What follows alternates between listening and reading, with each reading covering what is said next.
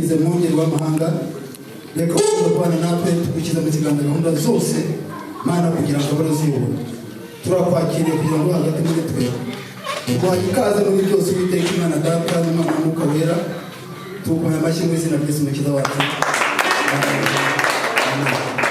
Imana ibahe reka dusabe buri muntu wese ashyike mu cyicaro yicare maze hanyuma n'izindi gahunda zindi ziboneye gukurikirana.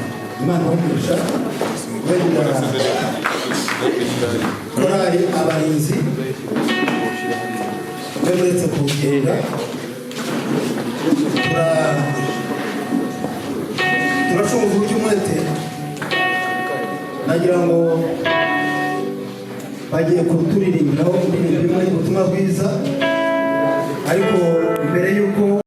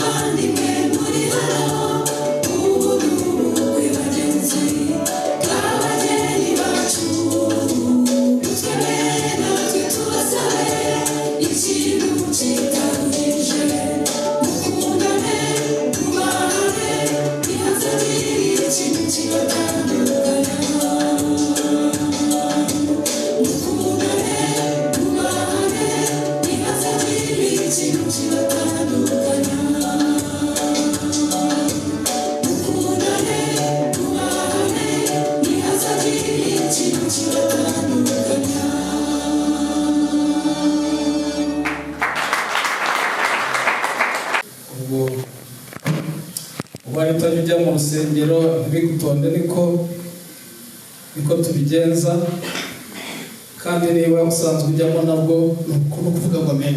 Haleluya, haleluya. Turanezerewe cyane kubw'uyu munsi mwiza, uyu munsi w'ubukwe ni umunsi mwiza cyane. Haleluya, ni umunsi mwiza koko uri mu mugambi w'Imana. Kuvuga ngo Imana ijya kuturema, ijya kurema umuntu ibanza gushyiraho umuryango. Nk'uko uyu munsi turi hano turi hamwe n'aba Singe na Bwambage biyemeje kurushinga nta bundi buryo keretse ubundi buryo bw'amafuti, ariko nibwo buryo buriya bagiye gukora uruganda rukomokamo abantu. Haleluya, amen. Haleluya, amen. Iyo bahuye ni ibyo rwose biba bibaye byiza cyane. Tuba twizeye ko hagiye kongera kubaho kuvuka kw'abandi bantu, tuba twizeye ko tugiye kubona undi muryango, tuba twizeye n'ibintu byiza byinshi bigiye kuboneka. Imana ishimwe cyane. Kubw'iyo mpamvu rero dukwiye kwishima tukanezerwa cyane. Mwese ntimuje mu modoka buriya nizere ko mutanyagiwe, sibyo? Ntabwo mwanyagiwe, ubwo rero nta mpamvu yo gutitira. Keretse uvuze ati nabaye nkaza rwose ngenza amaguru y'imvura icikiyeho, twakihanganizwa tuti aracyatitije. Murakoze rero. Amazina yanjye nitwa Gatsigazi Damien. Ndashimira Imana uyu munsi ntuye kuri uyu musozi witwa Marongero. Abaturutse kure batahazi, aha ni mu murenge wa Nyagatare mu kagari ka Ryabega ariho ntuye. Iri torero niho ribarizwa rya Revelation.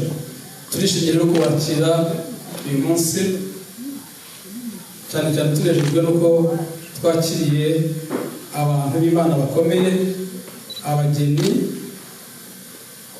beza dutegerejemo Bibiliya byose byo namaze kuvuga.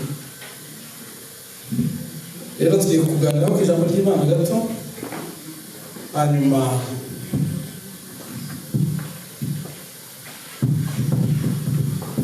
n'ibindi bikurikireho.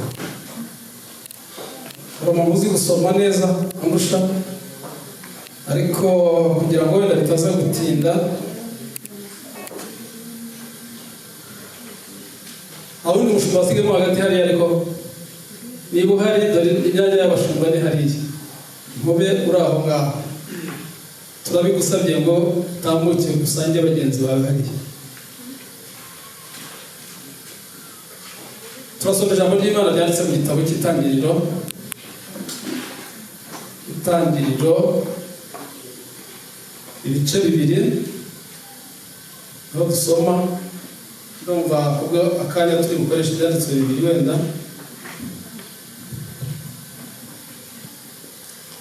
Itangiriro ibice 2 umurongo wa 18 haravuga ngo Imana irema Eva, kandi Uwiteka Imana iravuga iti si byiza ko uyu muntu aba wenyine, reka muremere umufasha umukwiriye.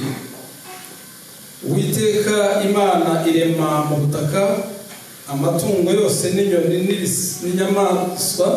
n'inyamaswa zo mu ishyamba zose, n'inyoni n'ibisiga byo mu kirere byose, ibizanira uwo muntu ngo imenye uko abyita, kandi uko uwo muntu yise ikintu cyose gifite ubugingo aba ari byo riba izina ryacyo. Uwo muntu yita amatungo yose n'inyoni n'ibisiga byo mu kirere n'inyamaswa zo mu ishyamba zose, ariko umufasha umukwiriye yarataraboneka.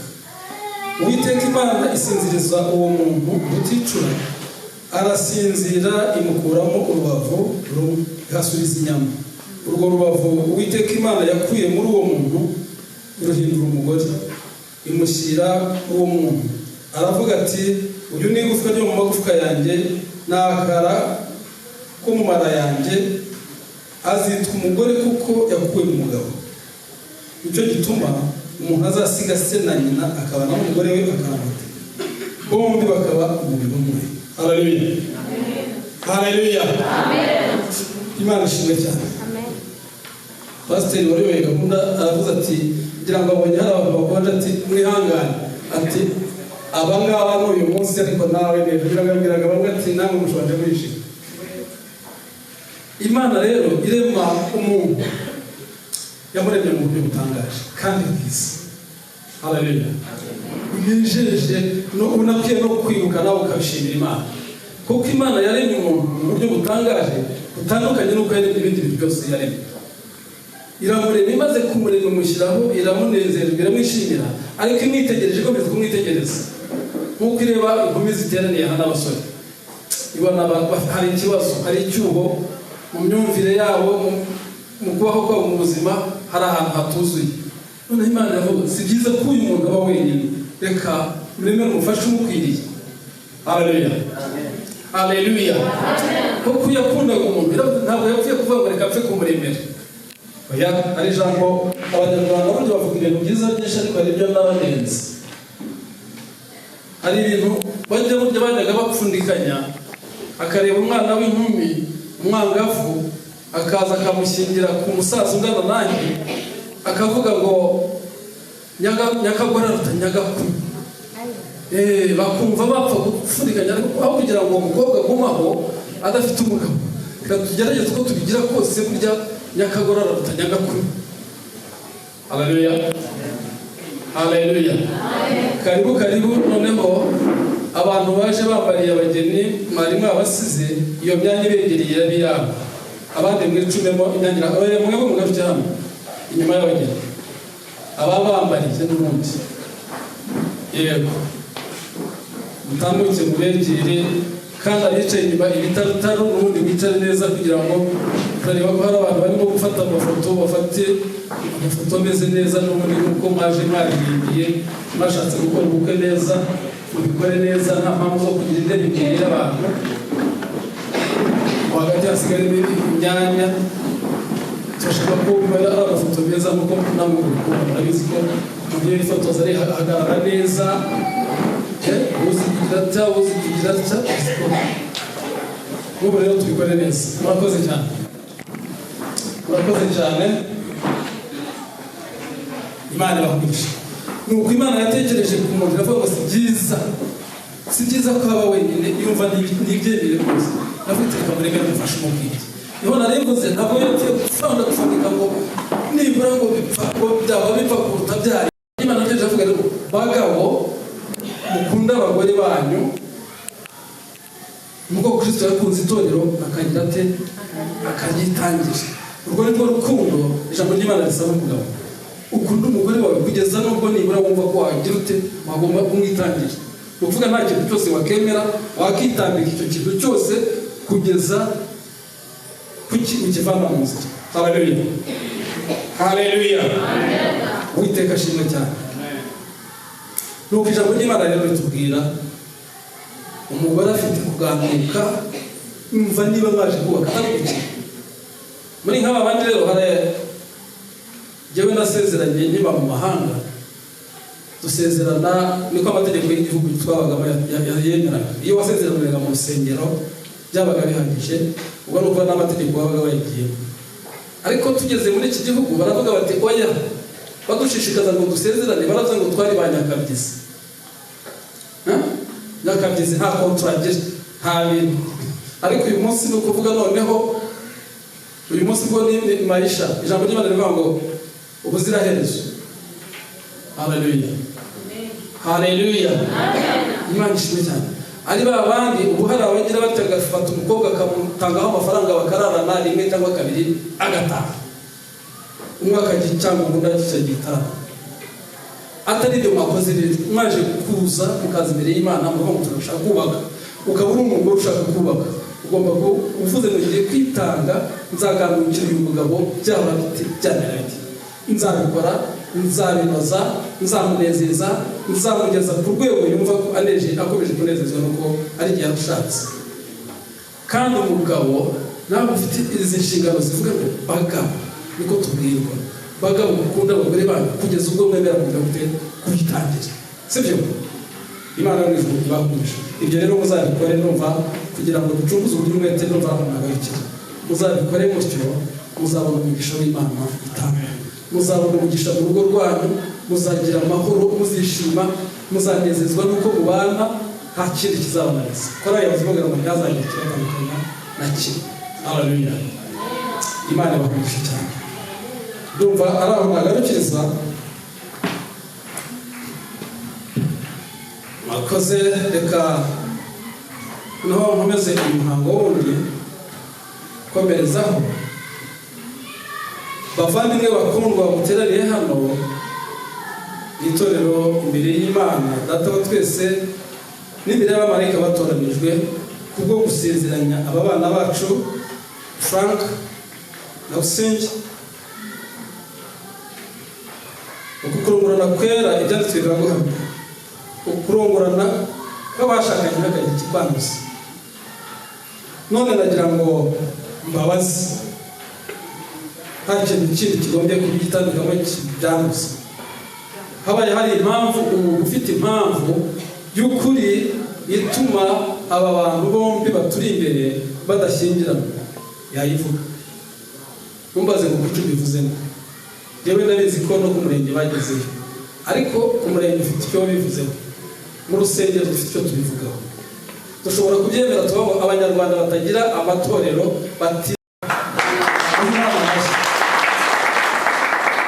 ndetse nabo ni mu bahe amashyi kuko ikintu kiza gatsinzi. Reka basabe bahagurukire imbere. Ubwo mutubonye nta mpamvu bahaguruke pe.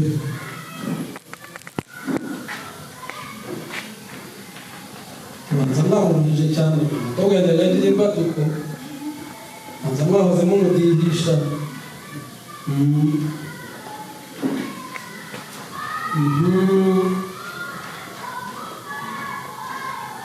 Frank, ibyo nabazaga abandi ndumva ngiye kubitubaza. Haba hari impamvu n'ubu wenda muhaguruka hariya muza hano akaba hari umuntu ukubise agatelefone turarongoye ntugasekwe. Atibagiwe ko ejo n'ejo bundi yari kwa Sebuturuma, nawe ukavuga uti ndabimenye. Hari impamvu yihuse waba umenye uza kujyana n'umugeni washimye mbere? Ntayo. Mbariza Rusimbi, hariyo we waba wumvise koko? Ntayo n'ukuri. Imana yamugisha cyane. Arakoze rwose.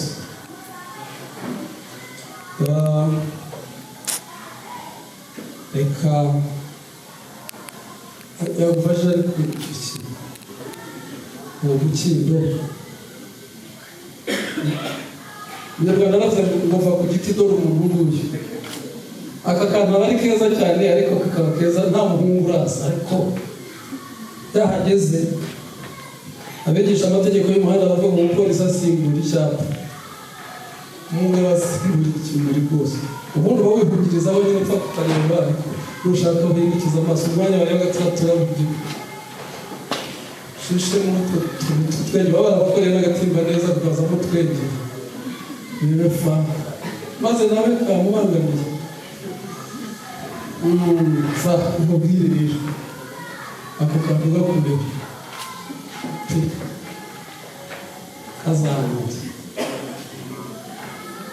Uzajya umenya gukenyeza uyu mukobwa ukazatangira kujya akenyera, ukamenya kubitunganya, ntupfe kubivundagura, ukamukenyeza yarya yasohoka twese tubaza afana cyane akenyeye ate nk'ikigori.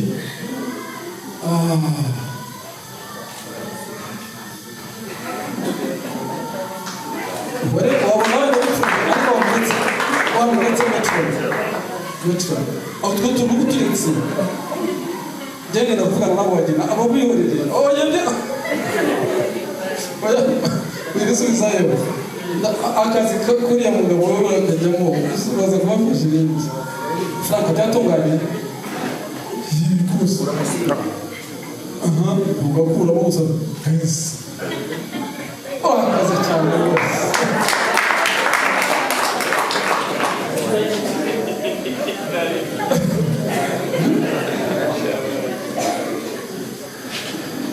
Akoze cyane. Ubwo reka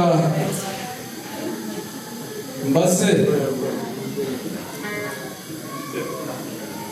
hari umuntu waje yoherejwe n'umuryango wa Busingi ngo aze kutwemeza neza koko ataramukubitamo impeta musaza we cyangwa undi muryango wizeye kumutuma waza ukagira icyo tubwira hano.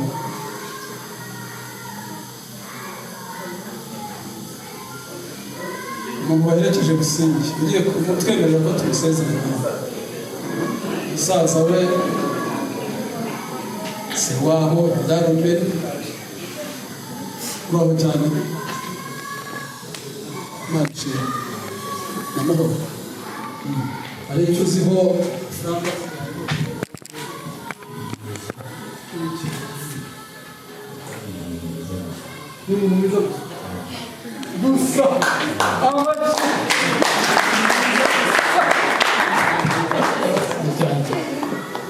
gusa nta kibazo mu muryango genda ugire icyo umubwira ijambo rya nyuma urakoze cyane gira icyo umubwira kuri iki kibazo wamuzaniye rwose wamubwira turi mwiza gusa turakwemeye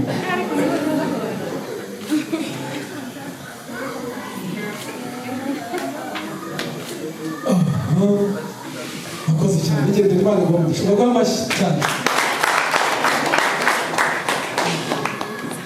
tunezerewe cyane nasaba itorero rye abusinge n'ubundi umushumba waje amuherekeje cyangwa umukuru w'itorero nawe wagira icyo atubwira mu gatoya cyane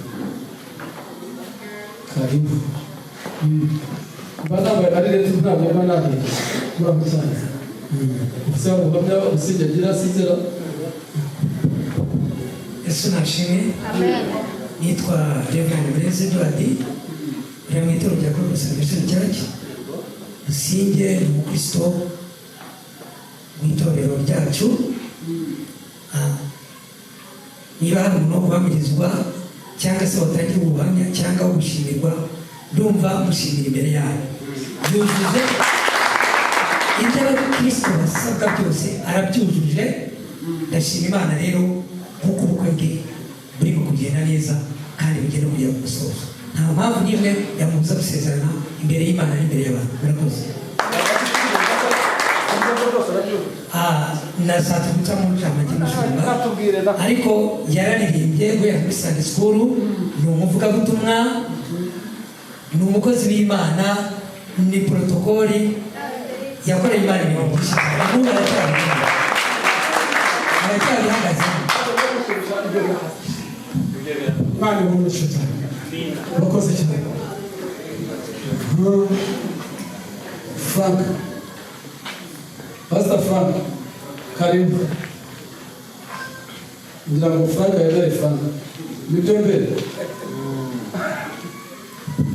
nawe niba hari ukamya agira tushemu nanjye ndabashubuje mu izina rya Yesu yegejwe muri uyu munsi mpagaze hano nanjye nshaka kuvuga kuri Mugambage Frank ndabizeza ko ari imfura kandi ni umukirisitu mwiza imirimo ijyanye n'icyashya rwose yarayikoze mu gihe twari turi hano kuko ni umukozi wa leta kandi aho naho yari ari hari hose bakaba basabye urakoze cyane ahubwo ushaka ngo twari turi hamwe nk'aho hari aho yagiye ntaho yagiye ahubwo murakoze cyane ndumva dufite abageni beza cyane Imana ishimwe cyane Imana ibahumugisha reka noneho murakoze bageni beza mufite abashumba bahamiriza batyo reka twagize akabazo dufite utu twuma tuvuga dukiye muze munegereho hafi cyane mutereho intambwe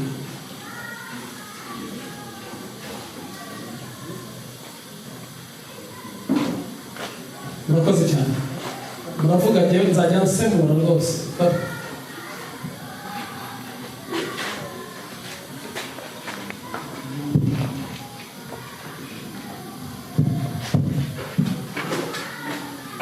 akoze cyane nagira ngo bagire icyo bavuga bari imbere yacu bamufata muri ubwo kuboko kabisa nagira ngo Mugambage n'ubwo umuvugisha ariko burya hari ubwo ndamukanya n'umuntu yangira amata nkumva arangwa neza agasa nawe wumva ntamwumvise akagira mbati nawe niba umugira utsa n'umubwira uvuga irya mugambye kuvuga uti jewe Mugambage Frank bityo ngiye kumusezeranya bityo nagira ngo ijwi ryawe ryumvikane jewe Mugambage Frank bemeye imbere y'Imana ko wemeye wowe amazina ye yavuge nemeye imbere y'Imana n'imbere y'itorero ryayo ko wowe usabye nawe umbereye umugore w'isezerano nshingiwe n'itorero guhera uyu munsi ndabyemeye ndakwemeye mu byiza cyangwa mu bibi ndakwemeye mu buzima cyangwa mu burwayi ndakwemeye mu bukire cyangwa mu bukene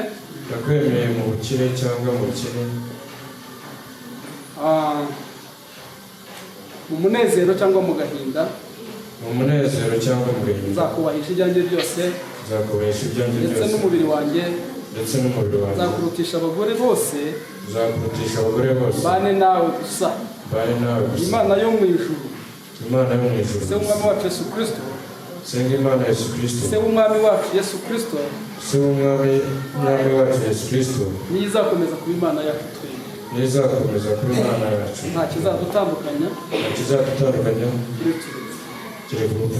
amen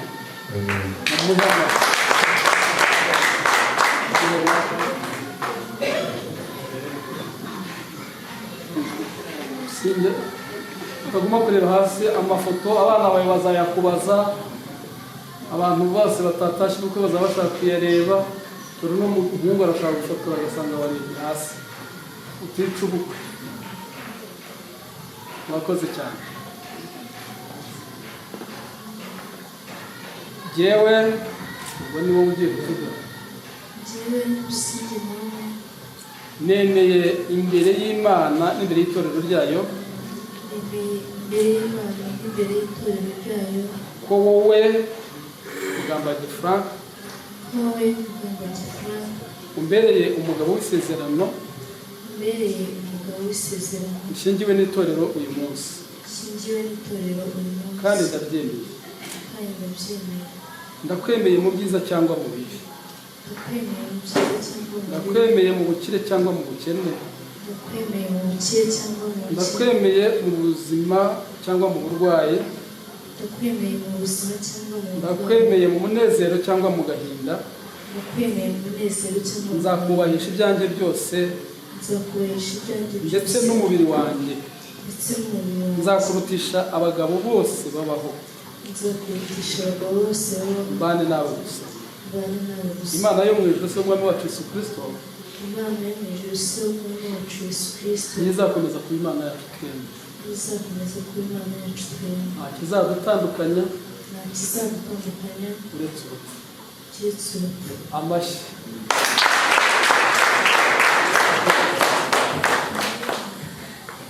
Imana imigisha reka hari abantu bashobora kagakeka yes thank you very much nagira ngo ugateguye aho ngaho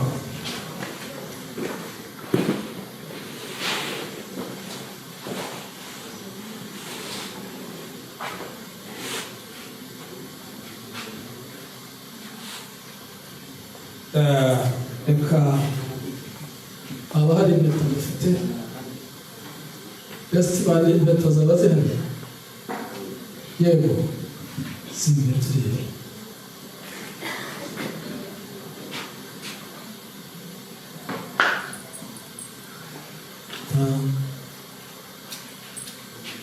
ndi kuzisengera ni ikimenyetso cyiza cyane cyiza iyo umuntu agize ati abwiye festivali namubonye mpita menya ko yakoze ibintu byiza cyane ntabwo ari kaburabuza ntacangacanga ngo abe yabeshya abantu ko ari umusore kandi yubatse izi rero ni impeta nziza cyane bigaragaza ko umuntu yubatse ko yabyemeye agashyiramo akakamenyetso kandi ntizigira aho wazifungurira cyo gituma bavuga ngo bakizadutandukanye nk'uko neza utabona aho gutandukana n'ibibazo reka nsenge Imana Mana isumba byose yaremye ijuru n'isi, nguhaye icyubahiro, ndagushimira kubw'uyu munsi mwiza waduhaye w'abana bacu.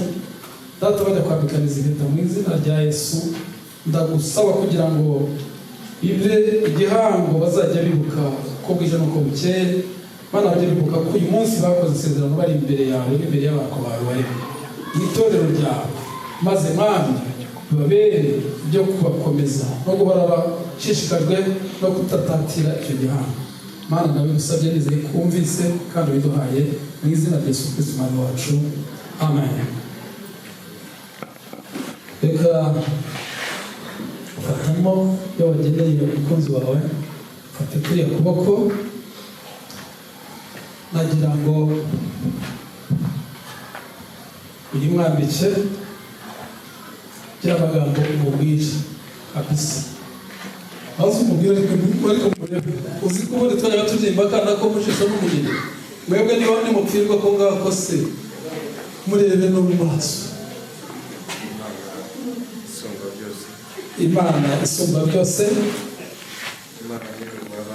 Imana nyir'ububasha n'ubushobozi, Imana yari mu isi n'ijuru. yego Mwambitse impeta ati mpambitse impeta y'urukundo rwanjye nawe urukundo rwanjye nawe mu gihango, igihango nzakubera byose, nzagufera byose, nzakubaha, nzagucira bugufi. Imana izabigufashemo rwose.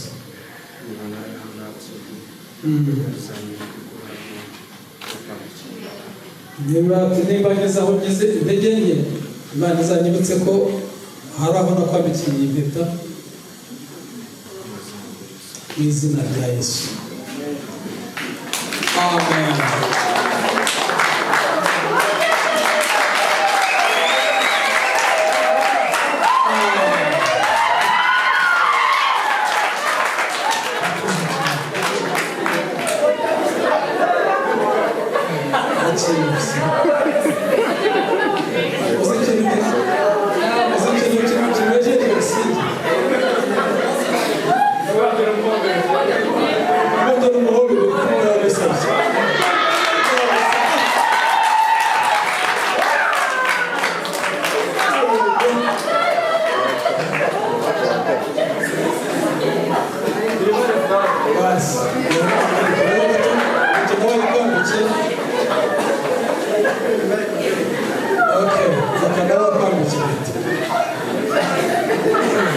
Ubundi nuko bambwiye ko gukeka ari ibinyoma, uzi ukuntu narenyetse mbona Businge yagize, narenyetse ngira ngo aramubwira ngo nagira ngo aravuga ariko noneho ngo urabikoze. Ati ibyo uvuze nemeje ko rwose niko nagukerekeraga hati agakeka batuje ngo ibinyoma gahanga n'ibinyoma. Mwambike mureke n'abamwe ngo tukunde kubivuga. Ntacyo, reka twihute. Uyu mugabo namuhaye akanya aravuga biba nk'isengesho ry'umunsi wose. Businge wenda we yaza kutugeza mu gitondo. Reka mubwire uko tugiye kuvuga uti mpambitse iyi mpeta nk'ikimenyetso cy'urukundo, kandi nikwambitse mpamya ko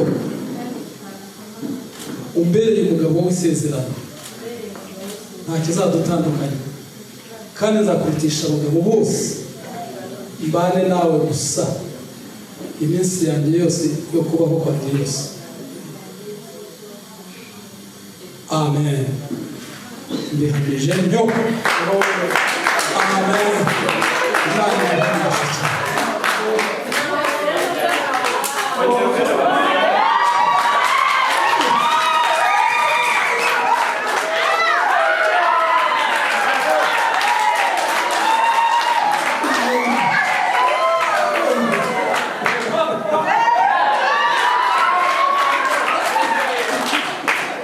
Sawa. Reka rero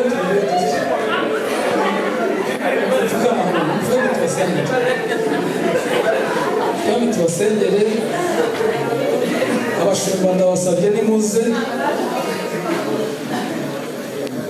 data mu izina rya Yesu Kristo, uri Imana yo kwizerwa, uri Imana ikomeye, uri Imana yahozeho kandi iriho, Imana ikora ibitangaza, Imana ikomeye cyane mu izina rya Yesu Kristo. Data ndabakuragije kugira kubagirira neza, bahumugisha mwami, bapfukamye mu nzu yawe, data baciye bugufi mu izina rya Yesu Kristo, bahumugisha binjira basohoka, uhumugisha imbuto zo mu nda yabo, Mana wagirire neza uburyo buboneka, imbabazi zawe zibabeho, Mana nibagire ibibagora, ujye ugaragara bikemuke mu izina rya Yesu, ubagirire neza imbabazi zawe zibabeho, ubahereze abahungu n'abakobwa, ubahumugisha ubwenge ibumoso mu izina rya Yesu Kristo, uzabona wese ajya abona ko ari abahumugisha kandi amenye ko ukomoka kuri wowe. Data twese tuzi kubikoze mu izina rya Yesu Kristo umwami wacu, amen. izina ryawe ryabikiranye Mana y'Imana Isaka na Yakobo, uyu ni umuhungu wawe, uyu ni umukobwa wawe, niwe wabiteguye uyu munsi. Ushima yuko bahura nk'uko wabivuze, umwe agasiga se n'undi agasiga se, bakabana akaramata. Natwe uyu munsi nk'itorero turabihamije kandi n'ijuru ryabihamije. Niyo mpamvu mu izina rya Yesu bapfukamye imbere y'amaso yawe, natwe abagari bawe baturanyije ndetse n'itorero ryawe tubasabira umugisha mu izina rya Yesu. Turabasabira umugisha mu majyana no mu mazi, turabasabira umugisha ku butaka bwabo, turabasabira umugisha w'imbuto uturuka mu nda yabo, reka babyare abahungu n'abakobwa, reka bororoke mu izina rya Yesu. Reka ibiganza byabo bihabwe umugisha nawe, reka bahure hagati yabo, bahuze mwanya baba umuntu umwe.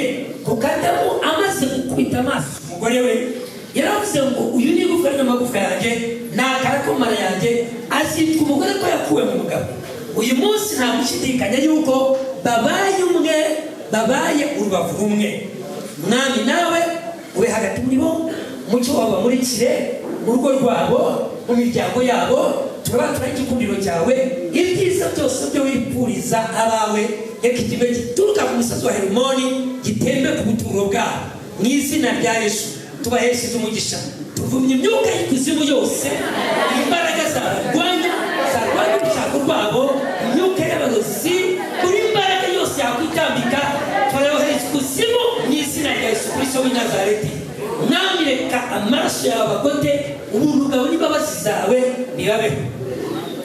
Waravuze mu ijambo ryawe ngo nk'uko umurezi w'umugabo ashyira umwana mu gituza akamutengamatira, urongera ngo nk'uko ikizu gitanga amababa hejuru y'ibyana byacyo kigahungiriza hirya no hino, uri kuba umuyoboro w'isenga wubashye mu gituza cyawe.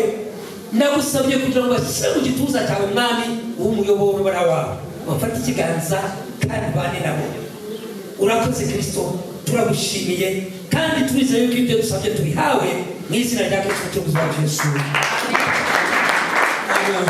Imana yahoje mutere intambwe muze hano musira mu gitabo cy'itorero.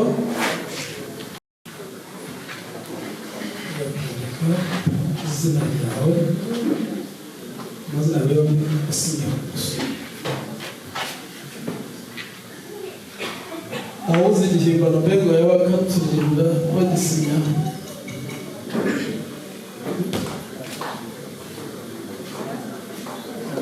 Nimba bavuga ko niba ari byiza we bizabera bite mu ijuru?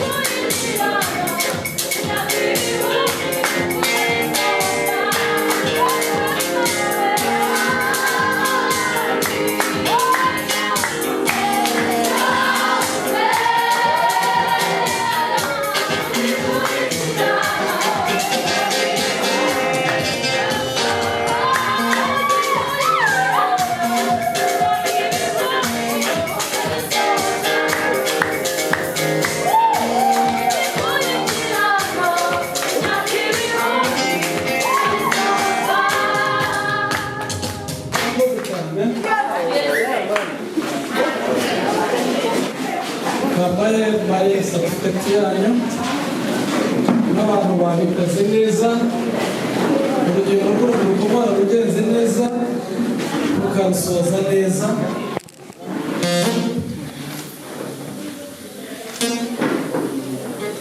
Murakoze cyane, itorero rirabashimiye cyane kandi murakoze.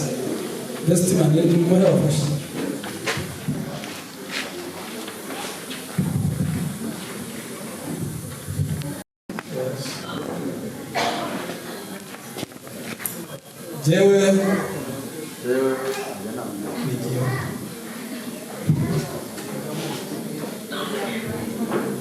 Jewe Bishop Gatsigazi Damien mu izina ry'Imana isumba byose n'Umwana n'Umwuka Wera no mu izina ry'itorero mpagarariye uyu mwanya ndemeza mpamya ko uyu munsi Busingi na Frank batakiri abantu ukundi ahubwo uyu munsi babaye umwe. Mana isumba byose waduhaye isezerano rikomeye ko ibyo tuzahambira mu isi no mu ijuru bizabihambiriwe, ibyo tuzahambira bizabihambiriwe. Mbatuye ko kumwe kuva uyu munsi kugeza iteka ryose kandi basabiye umugisha utangaje iburyo n'ibumoso waho umugisha mwami uzabona wese agiye badakora mu mugisha. Urakoze Mana yacu ko ubibahaye, urakoze ko umugisha wose ubahaye, urakoze ubarinde ubagije neza bigusabye nizeye ntyo yuze mu izina rya Yesu Kristo Umwami wacu, amen. Amashyi kugira ngo kacire mu gakira muhoberane kaci